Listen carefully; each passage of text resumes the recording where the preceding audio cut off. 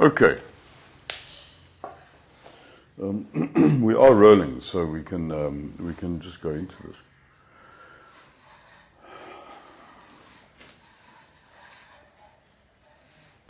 You know, for a very long time, you may or may not have seen the 8 stations of attention, that attention model, and I've not been convinced that we've had a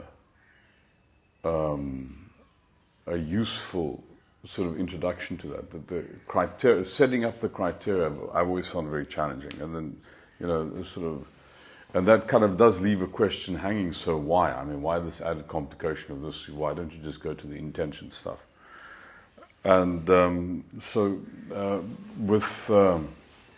a bike ride with Anna about 6 months ago, it suddenly occurred the key to kind of making sense out of this suddenly kind of became apparent to me.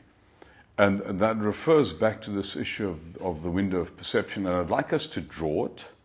So you might have to, for a moment, just stand up and kind of distribute yourself so that you can do that window of perception exercise, if you don't mind. You need to physically do it. I'll sit here so that they've got something to see on a video. But so if you take your index fingers and point them directly in front of you like this, and crook them, and bring them further and further back until your fingers are at the limit of your peripheral vision. Wiggle your fingers because you get that point. So when your hands are about to disappear, and then just draw the circle. You know how to do this. Just do it twice. So draw the boundary at the limit of your peripheral vision. Just tickle that boundary. There you go.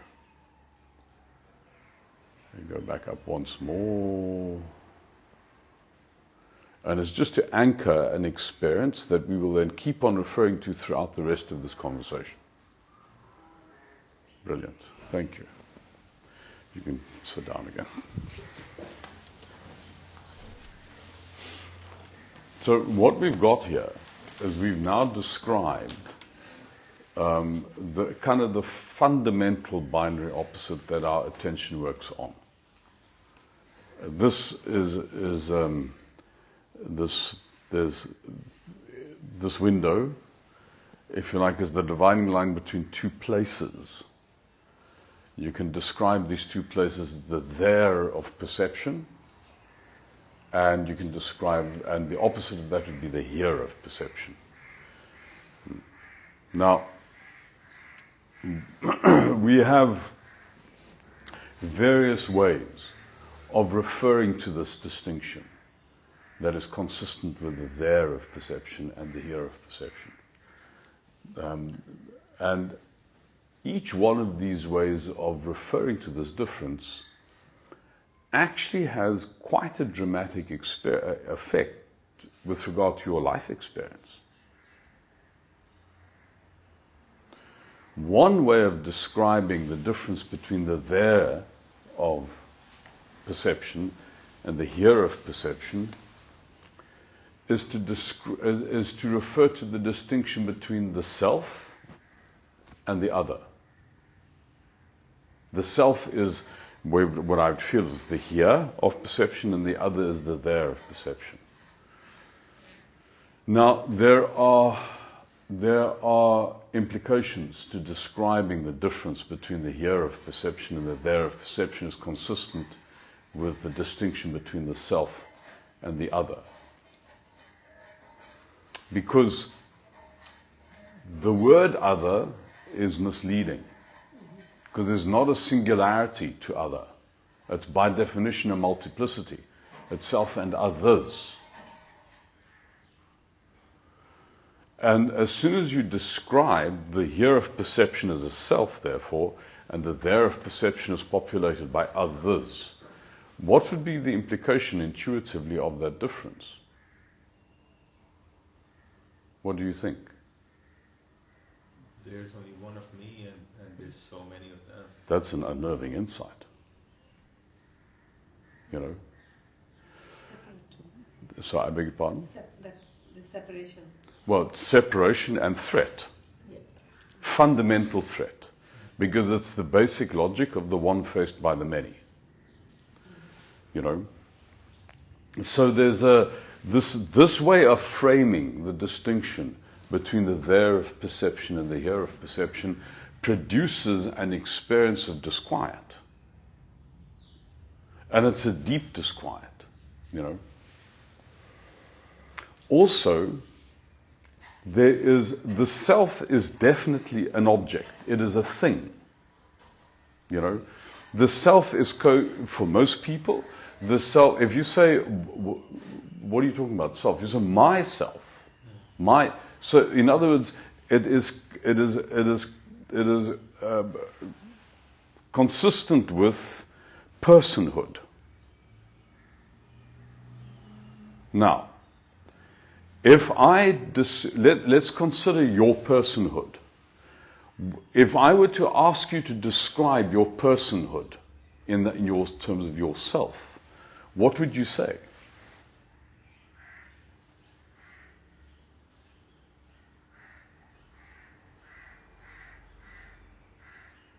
I start with my gender, I suppose. Your? My gender. Your gender, that's a very good place to start. Yes, exactly.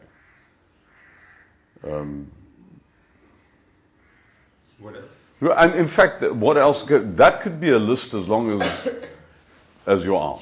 You know, it could include your gender, it could include your race, it could include your class, it could include where you come from, it could include your age, it could include how many children you have, how many siblings you have. And every one of these things that you're describing are objects in themselves. Do you understand? So when you describe yourself as a person, you're describing yourself as one who is seen, one who has attributes, one who has all of these defining qualities, one who has all of these conditions, and therefore one that is by definition, so you're not just vulnerable on the basis of being the one confronted by the many, you are needy on the basis of the one confronting the many.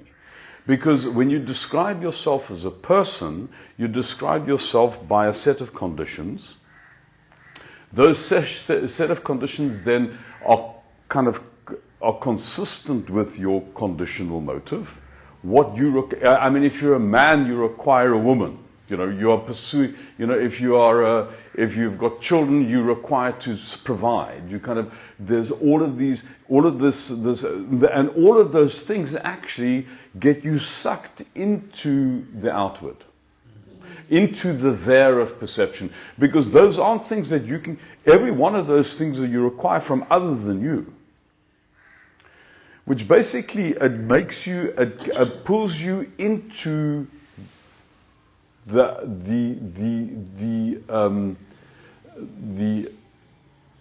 there of perception, so that it becomes for you an experience of the arena of the perceived. It's an arena where you have to stand out and contend, because every part of myself is a standing out. Even my gender is a standing out. It is something that is seen. It is something that wishes to appear. You know, something that appears. You know. So when I describe the here of experience as consistent with my personhood, I'm describing something that's not only vulnerable, but something that's needy, and it's something that is contending in the arena of the perceived. So to be a person is not actually all that it's cut out to be. This is like quite a challenging prospect, to be a person among people, because you then cast yourself in the lot of being needy of other and contending with other in this arena of the perceived, of being one that wishes to be perceived, one who wishes to be seen, one whose very existence is based on what is seen. You know, all of these things that you're describing are things that are seen. Yeah. So, maybe there's another way of describing or considering the distinction between the there of perception and the here of perception. maybe we can refer to that distinction as the distinction between the seer and the seen. Now, what's interesting about this difference is that the seen has more of a unified feel to it than others. There's a feeling of a one thing that I'm looking into that is seen. What is seen here? Well, everything is seen. So there's a one thing that is seen. And it's also one thing that is doing the seeing. It's still a thing, but what's very interesting about this thing is it's not the same kind of thing as a self, because a self is definitely a noun, is definitely an object. But the seer surely refers to a verb. It is the one who does the seeing, And so therefore it's not quite as solid. The seer is not quite as solid as the self. It is singular, it is not solid, and also it doesn't have any of these attributes. Any of these attributes are things that are seen. I mean, your gender, I can visualize my gender. I can put it, it's an object to me. So anything that is seen is not the thing that is doing the seeing. Every attribute that I associate with the hearer of perception is in fact not the hearer of perception. Because the hearer of perception, if you think of it accurately, actually it's the place that's doing the seeing. Which means everything that I consider to be part of my personhood is something which is seen. It is an object. It is not the place, it is not the seeing. So I therefore, by conceptualizing myself or experiencing myself as a seer, it allows me to pull back from the window of perception and to disassociate the seer from all of the attributes of my personhood. It becomes apparent to me, therefore, that my personhood is like an incrustation at the border, at the limit of my peripheral vision, at the limit of my, sitting right on the window of perception, right on the edge. There's this thing which is both seen and part of the seer. It is all the things that are associated with your personhood. Everything you can say about yourself which is an object. I mean, the most basic example of this is my hand. This is my hand. Well, you can't have it, it's mine. If you put your hand next to mine, let's assume you put your hand closer to me than my hand, then I could still do this, but I could not make your finger do this, which is quite creepy because your hand's closer to me than it looks the same. So there are parts of me that are kind of connected to the hearer of perception, but that are also objects. So all of these things that I associate with my personhood are kind of things that intrude into the window of perception and actually present themselves to me in this peculiar interspace, that they're both things that are perceived, contending in the arena, but also things that are associated with that which is doing the seeing. So when I associate myself, let's frame this accurately. When I associate the hearer of perception with the one that is seeing, I take all of the things that I associate with this incrustation at the window of my perception, which is in fact the attributes of my personhood, and I turn them into objects. There are things that I can see, like I can see you, like I can see anything that isn't the seer. And it allows me, therefore, to fall back from the window of perception, fall deeper deeper into the hearer of perceiving. Now, there's obviously immense freedom in that.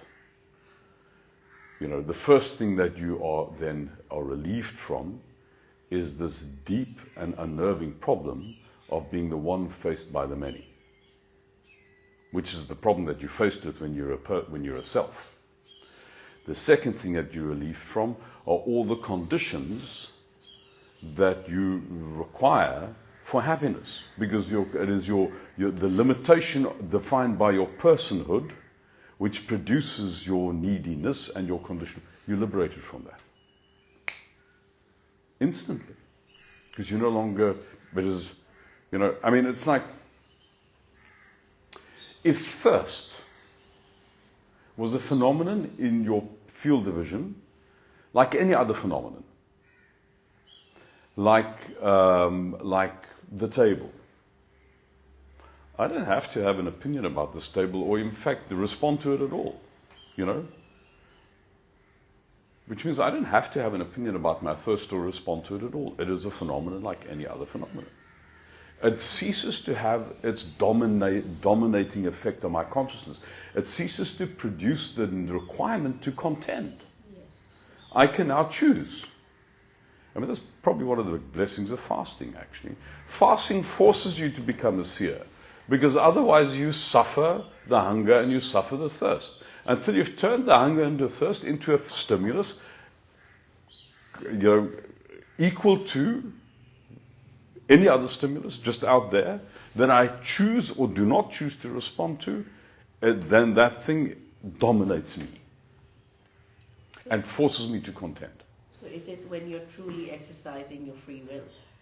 Yes. Yeah, exactly. You cannot have free will. Your will is compromised. Yes. While you are between the eyes. Your will is compromised when you're acting as a self, as a person. Because there's all of these needs, the conditioning of your motive that come up from behind. Most of what you consider yourself to be, you're not even conscious of. Most of your requirements of life are things that kind of bubble up from the depths that overtake you from behind. But the more you operate as a seer, the more inwardly gathered you become, the more these things are delivered to you as objects that you can then be reasonable, have a reasoned response to. No, but just because I feel like this doesn't mean to say I have to act accordingly. Any person who's done any proper anger management has understood this. Just because I feel enraged doesn't mean to say I have to slap them. Pleasurable as that may be. Maybe you should slap them just for me. So, there's a great blessing. There's a great benefit for adapting to shifting how you experience the here of perception from being a self to being a seer. And part of that journey is to become really skeptical of your own requirements of life. Which means this is exactly why the petty tyrant is such a wonderful device. Because anybody who irritates you to distraction is saying what your requirements are. So, well, can I turn this irritation into an object, like any other object, like the table, that I can then choose to have a value judgment about? And not compelled to have a value judgment about.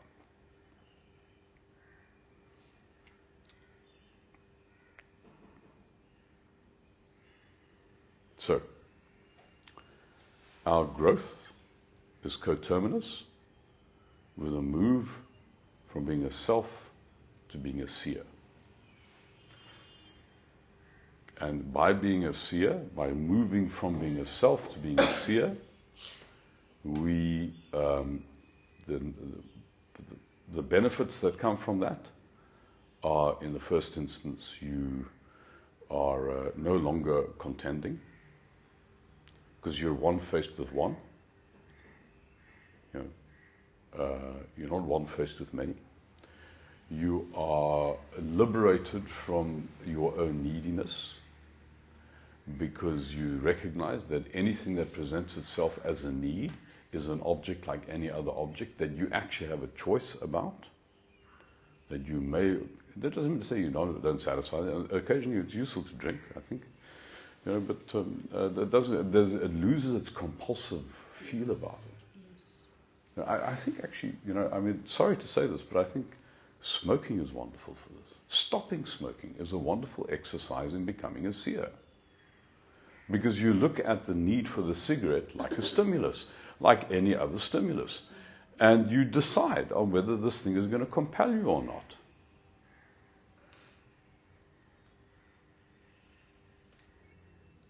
Even for me personally, it's the getting up and doing a salah sometimes, you know, and that need for sleep, especially for Fajr. Yes. I've got work to do. I have a long Yeah. I need to rest. Yeah. All of those things are you then describing as the requirements of your personhood. Exactly. Yeah. This poor thing that needs its rest. Yes, exactly.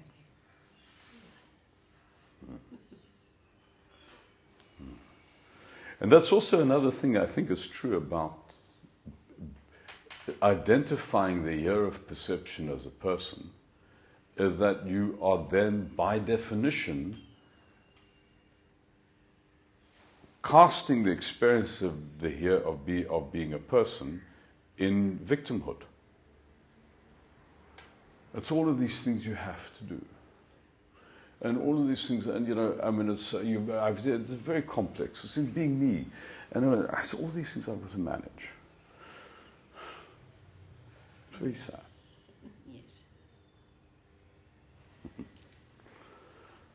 Now the question is there even a more profound way of conceiving of the here of perception and the there of perception?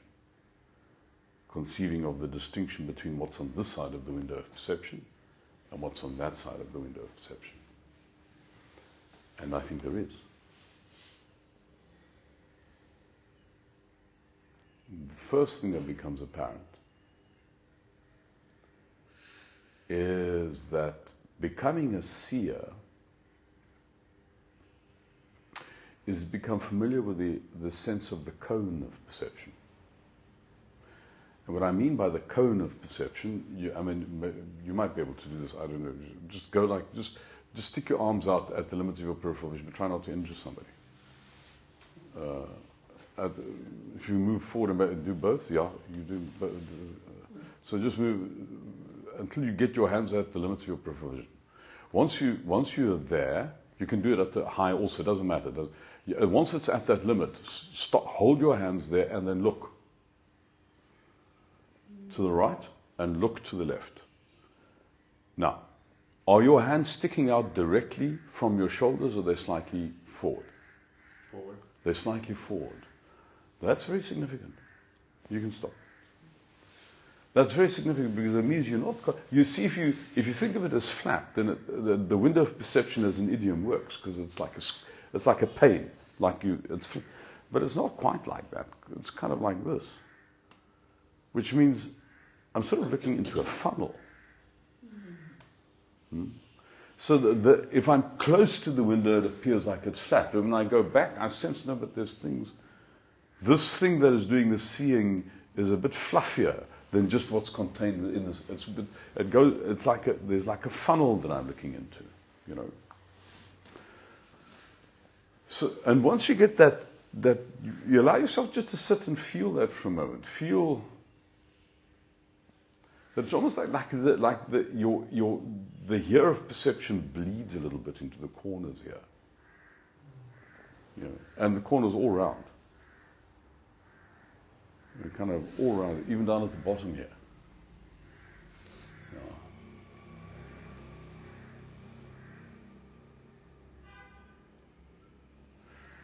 You then allow yourself to go a little bit deeper. Then you get a sense, but I can also refer to the here of perception as the inward and the there of perception as the outward.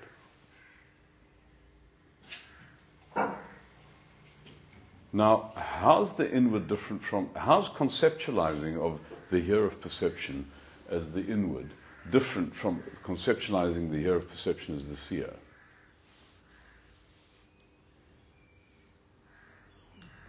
There's a demarcation somewhere, so there's two sides to it. Like the inward and the outward? Yeah. Yeah. Can you raise that question again? So, we get a sense of the distinction between how profound the shift is from experiencing the here of perception as the seer, as opposed to being this, a self. So the self, the seer is deeper. Where's the inward? Oh, It's deeper still. yeah. Not so. And it's deeper still kind of in a limitless way. Yeah. Because the intriguing thing about the word direction, framing, is that it's a direction. It's not a place.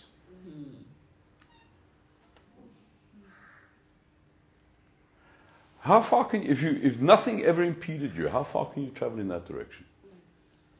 Into perpetuity. How far can you travel in that direction? How far can you travel in that direction? So how far does it go in this direction? It has no...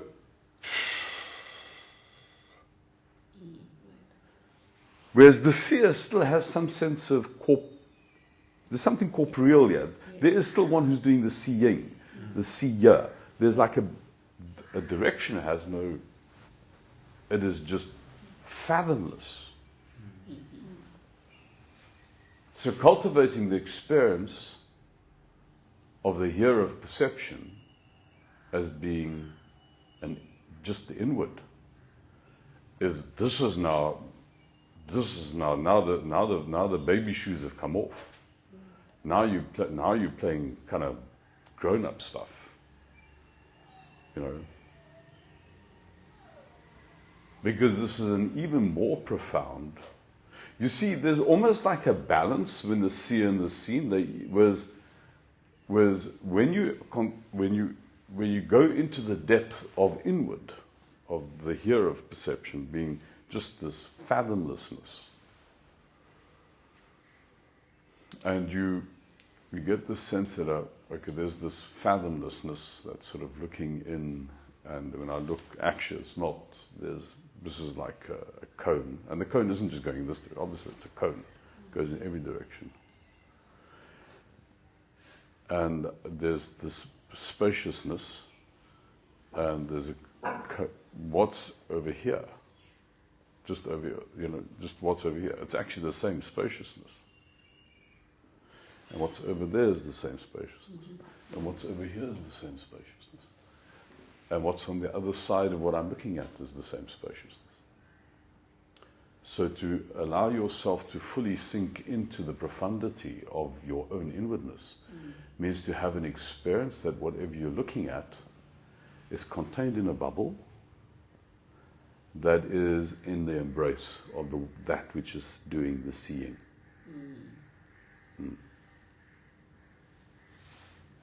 In other words, when you operate as a self, where's everything that isn't you?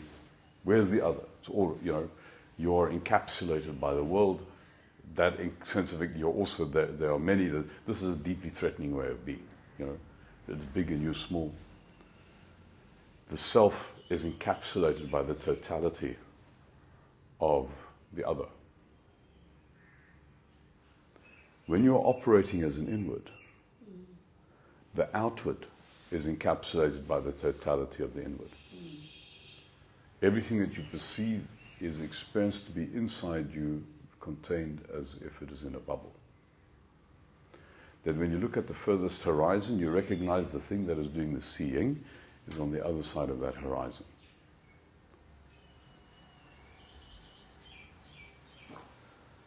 That is an unassailable way of being. And that is what we're trying to achieve with our path.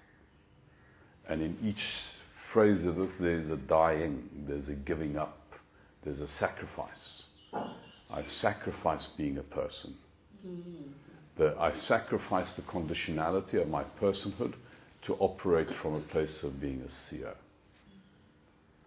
I sacrifice the conditionality of being a seer to operate as pure inwardness. So there are many little deaths. It's not just one fana. There's many little deaths in this process. And I think it sort of feels like how temporary everything is. Because it is within that vision, and that vision can change. Absolutely. Yeah. The thing that never goes away is this vastness that contains all that is presented in the bubble of perception. And you have a true backing in this sense. Yeah, exactly. Yeah. A true backing because it has no back. Nothing can get behind that which has no back. So our journey as human beings has an outward component and it has an inward component. The outward component, a newborn infant, is pure inwardness.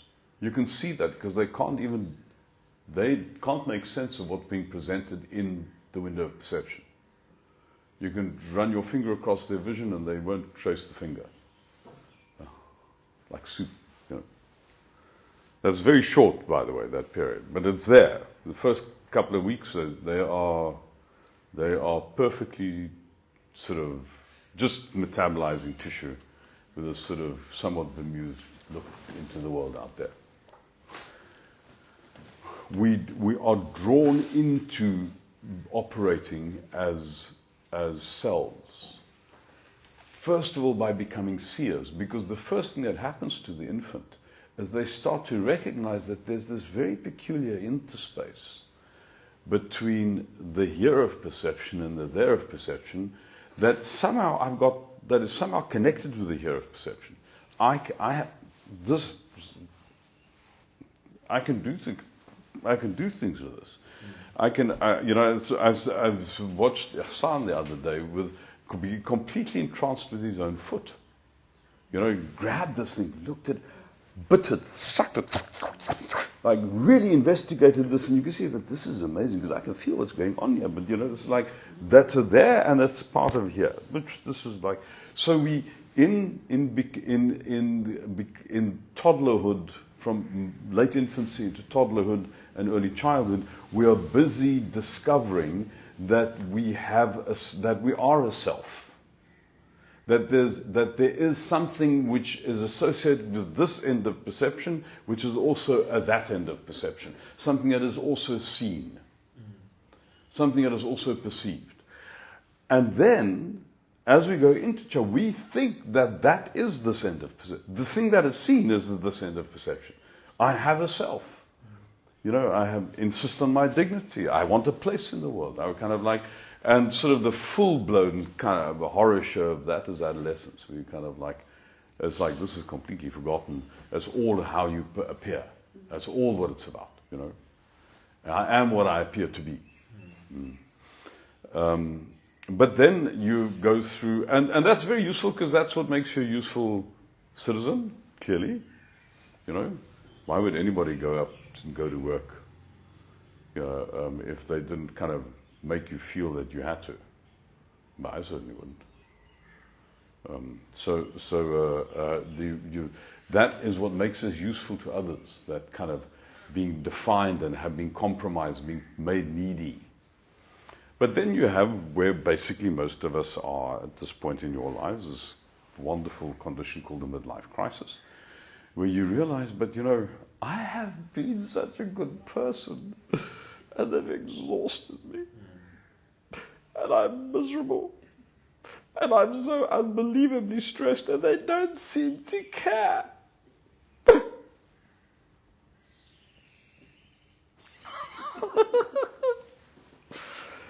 Then we realize, hold on, this thing of being goody two-shoes is really not all it's cut out to be. Now, that doesn't mean to say we've got license now, and I'm very insistent about this, you know, because I do think people sometimes sort of deliberately mishear me. You do not have license to become goody bad shoes. Well, no. Baddie two shoes, whatever. You know what I mean? Just, you don't have the right now to go and... Well, a lot of people do. They misbehave unbelievably. Like flings, affairs, kind of... That's also pleasurable for a while, but it just causes too much trouble, and you don't have to go through life with all of that trouble. I mean, just change your criteria. Use the discomfort of being a self contending in the arena of the perceived. Because it's actually an insupportable discomfort. It's actually immense suffering. Use that suffering as an opportunity to investigate not what else is there going to make me happy, because nothing else there will make you happy. Because it's the logic that the there is what's going to make me happy, is what produces your unhappiness. Use that as the stimulus to explore the here. What's on this side of perception? What's on the here? What's the here of perception all about? So that's our midlife crisis, is then the opening of a door that invites us to start doing the journey back home. We got alienated from this as infants, and now we want to go back home. We want to go back to that spaciousness that perception lands in, which is what we truly are. And that's the journey. It's the human journey. It happens to be coterminous with the journey of tasawwuf. I mean, that's what we're trying to achieve.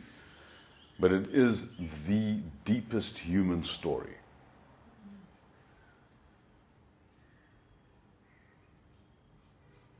That's the logic that makes the 8 stations now a useful piece of content. Because you can actually see how we go into exile and come back home. The steps of the journey whereby we go into exile, whereby the inward becomes a seer, becomes a self, goes back to inward, goes back to seer, goes back to inward. Your midlife crisis is the unhinging of the uncoupling of your sense of identity, of your sense of this side of perception with your personhood. That's when you start exploring what it means to be a seer.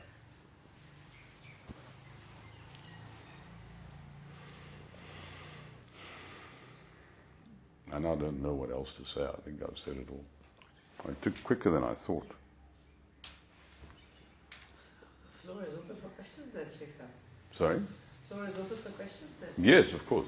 So when you're talking about all this, Sheikh Sam, what keeps on coming back to me is how do we sort of polish this or exercise this, and then part of it to me feels like that's where meditation comes in as well, and muraqabah, to sort of shut yourself out and then to reflect. Is that? I think that's absolutely right. So we've got these 2 elements. We said we need to do 2 kinds of work. We need to work on intention and we need to work on attention. And working on intention is really the process of moving from being a self to being a seer. Because it's about incrementally changing your narrative about the world to reduce your neediness, because that's the effect of it. Yes. It is about becoming detached from your own neediness. But that then just opens an aperture, and the aperture is to become inwardly gathered. Allow yourself to sink deeper and deeper into yourself. All other practice has that effect. Your salah should have that effect. Because anything where you're deliberately doing something to do it right means you are examining the actor as the actor is acting. Which means it requires you to stand at a place removed, deeper in from the one who is acting. So things that you previously just did now are being observed. So all mindfulness practice deepens, strengthens this move into inwardness.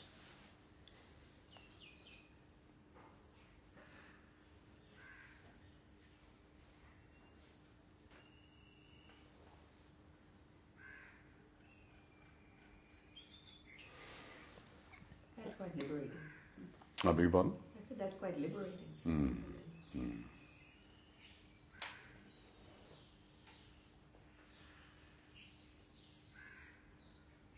And in the end, we go back to the soup. Where we We start. go back to the soup. But this time we kind of know that it's soup. It is like, because the soup is also a feeling of deep connectedness with everything that is, where self and other distinction is a nonsense distinction. Another word for that experience is love, but it is the most profound love. It is love like even the mother's love for a child is but a poor metaphor for it. It is the essence where all love comes from, which is actually his nature, you know. But now we know that it's there. Because you don't know that it's there unless it's been removed from you. So the exile absolutely has a purpose. The journey has a purpose. And that's why it also gives one license not to want to fix everybody, because everybody's somewhere on their journey. You know, as I said with the conversation we had regarding your son, you know, this is right for him now. You know, you're in a different place as a soul, and you know, now you have to start being skeptical about being the good person. That you're, you know, an adolescent must not be skeptical of being a good person, because you've laid it on thick. You know, let them suffer.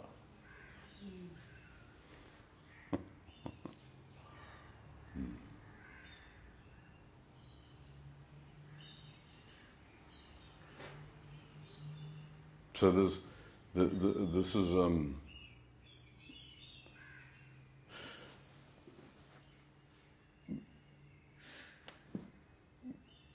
part of this getting lost is by definition forgetting that we have a Rabb.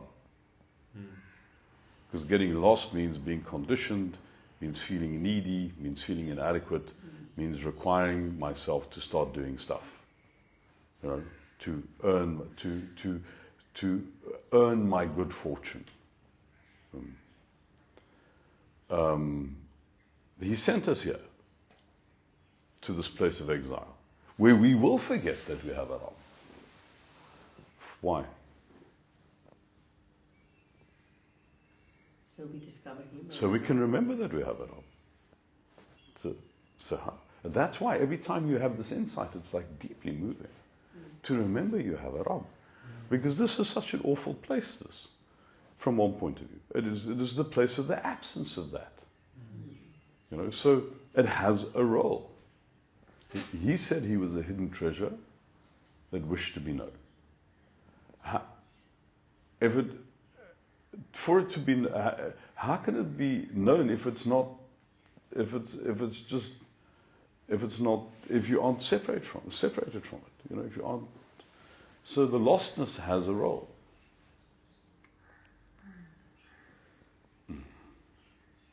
And however that lostness manifests itself, the perversity of an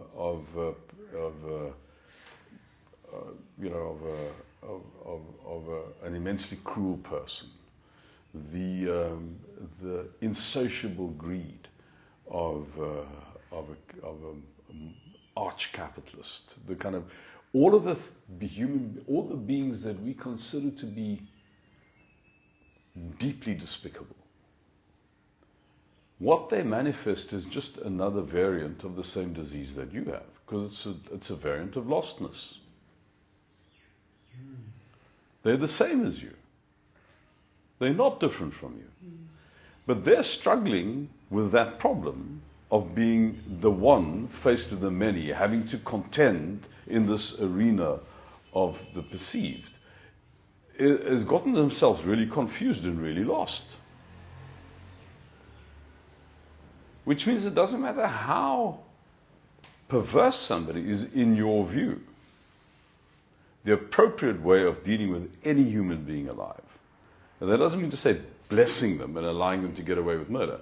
But the appropriate way of dealing with any human being alive is compassion. Truly, there but for the grace of God go I. He has produced all the various manifestations of lostness. All the myriad of possible ways that we can get this thing wrong for him to be discovered. He's, you know, Because clearly the way back to the oasis from the desert looks different from the north and from the south. There's a different place to be discovered. So each being has their own role in this drama, otherwise he wouldn't have made them.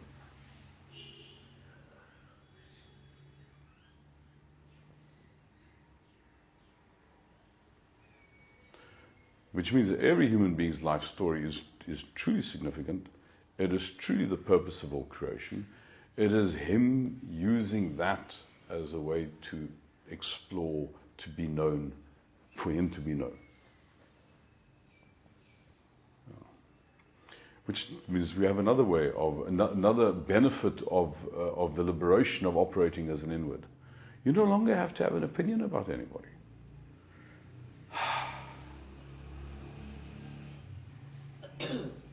I do, That doesn't mean to say I let them get away with murder, but I can confront it and move on, and they're forgotten. Because I don't have to carry them as a judgment. That's very freeing. Yes. That's immensely freeing.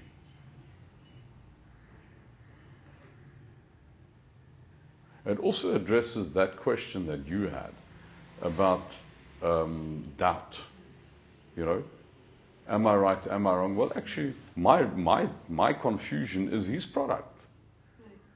That's the particular flavor of this place of exile, and he'll let you out of the cage when it's ready, and you will see that it is that attribute of your exile become apparent to you when it becomes necessary. So you're removing judgment for yourself and for others. Exactly, and replacing it with compassion.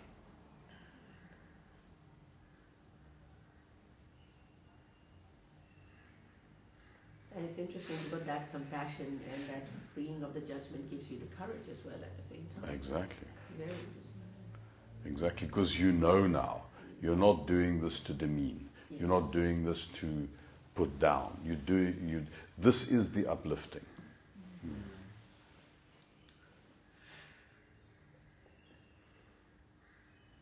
And it's again, as you said, the thing we said before, that our relationship with other people is an analog to our relationship with Allah.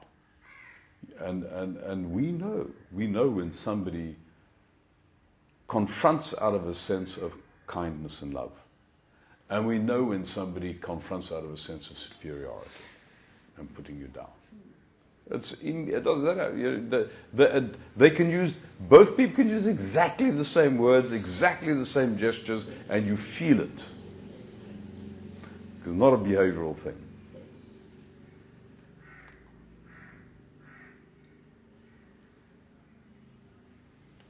I think one of the reasons why I get into a pickle is because I have not learned the ability to shift back as a seer, and I mix it up with overthinking. Like it becomes, so I have to really learn to separate thinking and thought and that kind of rational processing that my mind automatically does. That's absolutely right. To be able to be like, which again has to do with that pause that we talked about. Yes. That moment when you feel the agitation, to be able to shift back into... In the work that we've been doing on you, immediately afterwards, where was the first attribute of discomfort? Physical discomfort? In the chest, tightness in the chest. The first, the distinction between the self, one of the things that are true for the distinction between the self and the seer is that they operate from different places on this side. They actually engage the body from different places. Right. The self is completely in the head.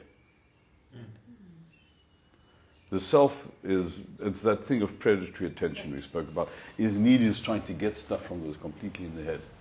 The seer operates from here. So when this thing is being enlivened, initially it'll be experienced as a discomfort. Because it's like it's been closed up. Now it's beginning to relax, So it's to operate from here. And the moment you operate from here, it's not like you go stupid, but you really don't need to think that much. You open yourself up to all sorts of other information that isn't filtered by the noise in your head. I understand that because I have experience of that as well. Uh-huh. Certain matters, I'm very good at Yeah. doing it. Like in your design work.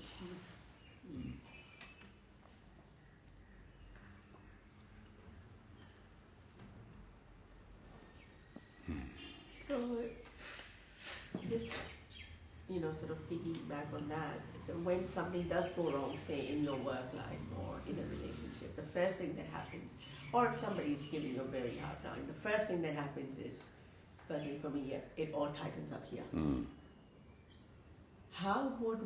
What would be the practice that one would need to do to sort of start utilizing the inward? I mean, what would you say? So I think it does help to work with it somatically. In other words, work with the physiological experience of this. It's easier to do that than to think yourself out of the problem. Breathing is immensely helpful.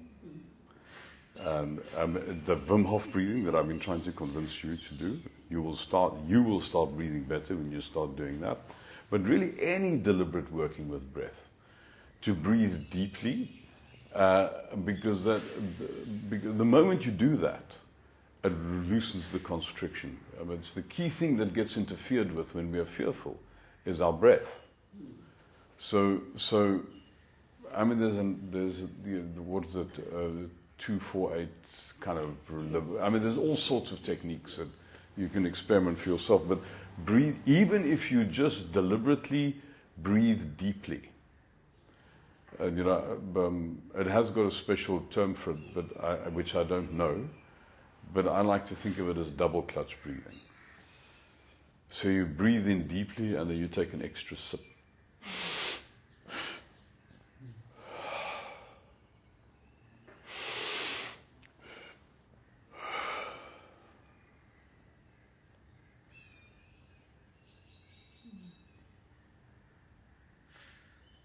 That quietens you down like this.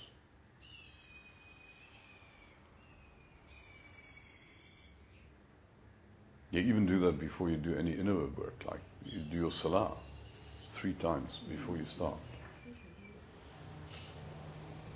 The different quality experience.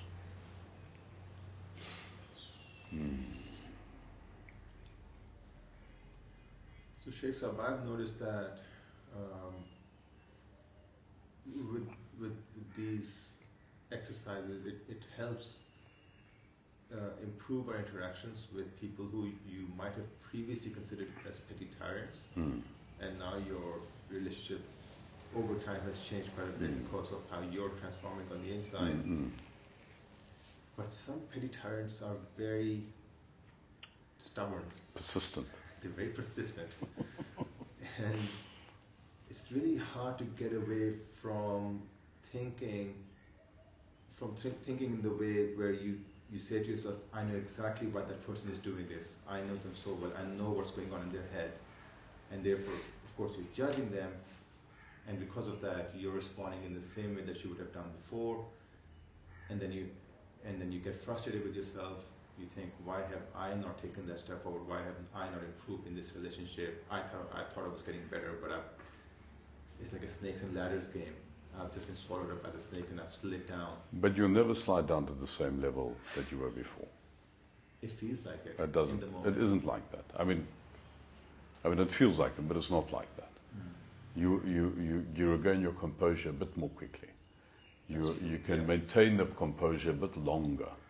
You get and so it's an incremental journey. I mean, it took an immense amount of very clever kind of manipulative engineering to convince you that you're a person. It took like the whole of the community that you were in to collaborate at working with all of these funny little tricks to make you think you're a Hasnain. Yes. So you think you're going to get, this is like a one-stop sort of shop to fix. It's not a one-stop shop. Just like we got into our exile by increments, we will get out of our exile by increments. That's part of the joy of the process. It is like it's like sunrise in winter in Scandinavia. Dusk is 2.5 hours. You know, and then when the sun is up, man, is it magnificent. You know, whereas if you're in the tropics, oh, there's the sun. Wasn't there a minute ago? There's the sun. In Scandinavia, man, the sun is something special. So it's again comes back to this thing. He wished to be known. So very incrementally, he kind of, it's like a seduction. It lifts up a little bit.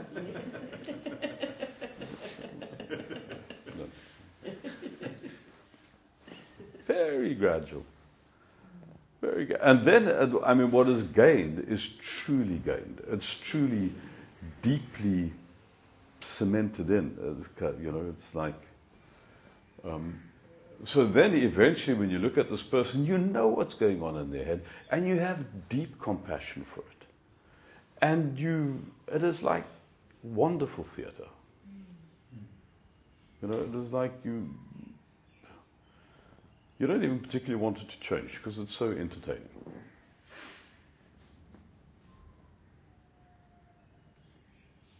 And if you can help, then you help.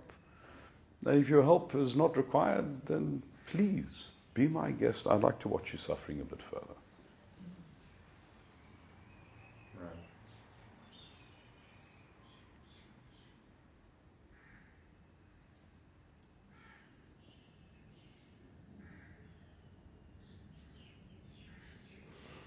So, Shaykh, this framework one should be able to apply to any of the issues one faces in the outside and also within oneself. But sometimes, I don't know, maybe it hasn't sunk in, but I'm just not able to do it. So, like if I have a particular issue and I try to use this framework, I'm not able to. So, for instance, if you could just help me, like if one of the other issues I have with myself, which I've just realized in my midlife crisis, is that I'm addicted to stress. So without realizing it, I literally feed off the urgency of the stress that I almost create. It's there, but I feed off it. I can see it. Otherwise, I'm like, I just want to sleep. I have to do this. I have to do that. I need to get this done. And the more it is, it really makes me feel alive, and it's becoming problematic because this is not really good for me to be in that state either. Sometimes I'm like, oh, but literally this is my fuel for the day.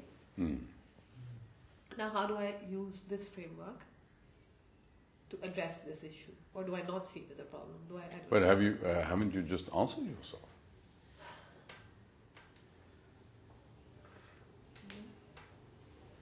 Have I answered myself? This is my fuel for the day. And so have no judgment about that? Have no judgment about it. If it's working. And if it's you know, and then it stops dominating you, and it stops consuming you. It also means that you're more deliberate about it. You can then set the level. How much fuel do I need today? Okay, I need this much fuel. Okay, that's how much I'm going to pump it up. But I'm not going to take it any further. You know, it gives you autonomy in this thing. It no longer defines you.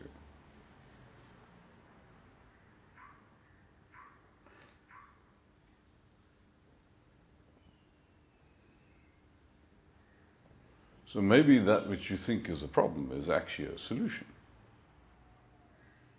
So in my head, why is it a problem? Is it because all the information I'm getting about from other sources that define it in a different way? Like somebody called me a cortisol junkie. You know? Yeah, I think. And it's a label we are using as well now, cortisol detox. And women in their 40s, you know, they need, it's called the busy woman syndrome as well. You need to keep busy. So it's all these labels that have come up recently as well. Yeah. And it's associated. But there again, I mean, you know what the response to that should be. What's the appropriate way of dealing with that? Awareness and Well, don't make your problem my problem. I mean, if so if you think being a cortisol junkie is a problem, then that's your problem. Is that exactly, it's like the fact that I've got egg on my shirt is not my problem, because I can't see the egg on my shirt. Don't make your problem my problem. That's a tough one. So having the egg on your shirt is not a problem. Everybody else's problem. I can choose in the spirit of compassion, but it's not a problem to me. It's how they're perceiving me. And then you're choosing to clean that egg off for if you are of a sense of compassion. So You can do that, or you can choose not to. right. You see, so we're saying this whole thing is about liberation from being compelled. A liberation from neediness. Now, there's two ways that we are compelled to act in the arena of the perceived. There are two reasons why we are compelled. The first is immediate need for living, for our own survival. And some things associated with greed are like stuff. But there's a whole other thing in there, and that is, and it's far more profound, is that a need to be accepted by. Because we said that the arena of the perceived is by definition a place of contention. You're a self contending with other selves. And there's many of them, and I'm one. So the first strategy you teach your adolescent is, listen, appease them.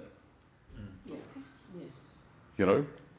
So we spend our life mincing through our lives, like appeasing everybody. Ooh, don't be upset with me. I'm actually very nice. I'm such a nice person. Can't you see I'm a nice person? What must I do to convince you that I'm a nice person? Now, okay. I mean, I can do that, But there's you say, well, then what's the alternative? You say, well, then I'm going to be a bad person. No. Disconnect your experience of being in your own skin from their opinion of you. Recognize that the suffering that you're suffering when they disapprove of you there's a part to this of you deciding to put your hand in the fire.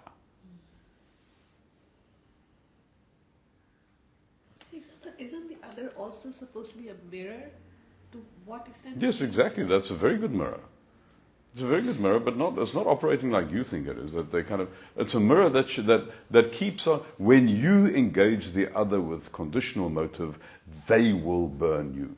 It will happen. That is how the mirror works. So, the conditional motive you have is their good opinion of you. Right. It will burn you. Right. That is how the mirror works.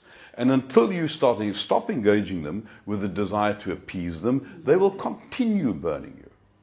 You will never get their appeasement. They're programmed to do this. They will never finally say yes to you. Particularly not while you need them to say yes to you. They are programmed to read that crack in you and to withhold that affirmation. That which you're desperately seeking. And the moment you say, actually, I don't need to suffer this desire for you to like me. My happiness being based on you liking me is a choice. And I choose now not to make my happiness a product of you liking me. Do you know what will happen? They'll like you.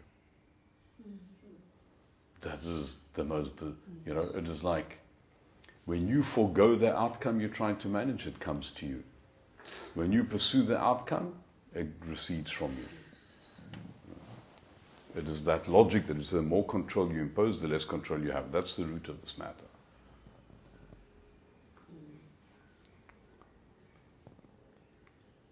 So from every point of view, just, we do ourselves an immense disservice by having a victim narrative.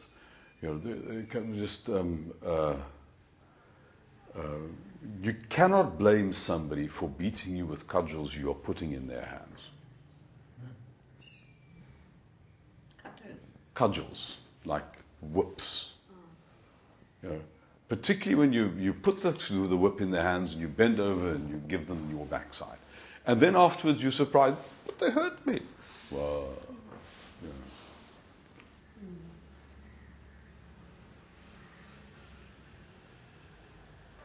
So that metaphor that I really like is a person sitting with their hand in the fire and they're complaining about the awful misery, the pain of this. And you say to them, well, take your hand out of the fire. And they say, no. They're so committed to being who they are. And therefore committed to their suffering.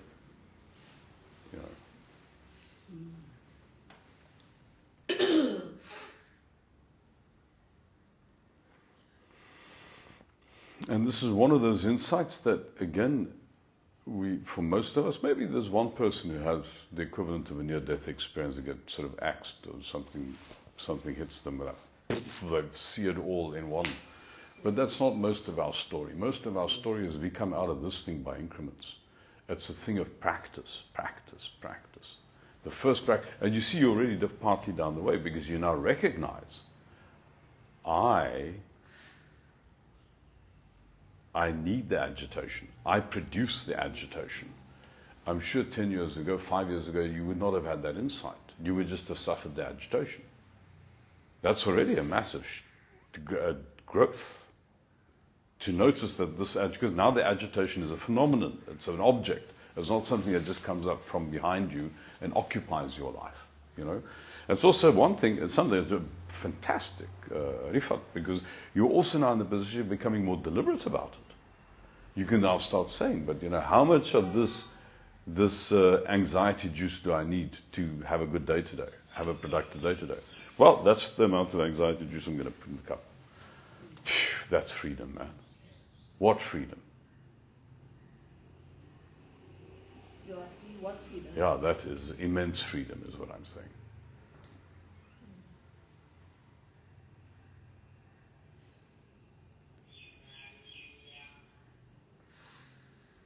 It's freedom if you can step back from it and you can see it and you can control it like you said. And knowing that not all of it is bad. I think I think that's it, because I'm like, okay, but I do kind of enjoy it. Yeah, exactly. To a certain degree. Until I don't, because it also brings you really. Yeah. It's a double-edged sword. So, if I look at the past year, which is 2024, for me that was a year of constriction. Like I chose, everything sort of affected me, and it was literally that feeling constantly. So if I were to break it down, you're right, immediately something happens and start reading, what would you say would be the next few steps that one does? Well, once one has some kind of degree of no longer being quite so overwhelmed by the somatics of this experience, the physiology of the experience, you can then do the reflective work. And the reflective work is to find the blessing in what's happened. Right. To transmute resentment into gratitude. Right. And you can use text to do that, as we've said. That's like a journaling skill. It's kind of like, and all the techniques that we've spoken about in PE, personal exits, help you to do that.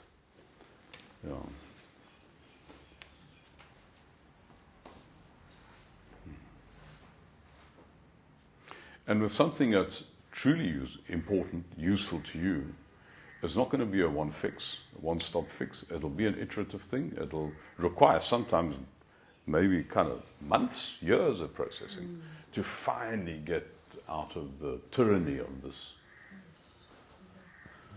And even the length of that is part of the blessing. It's part of the journey. I mean, if we are put into the dark to experience the wonder of the light, then The light is even more wonderful if you've been in the dark for a hell of a long time.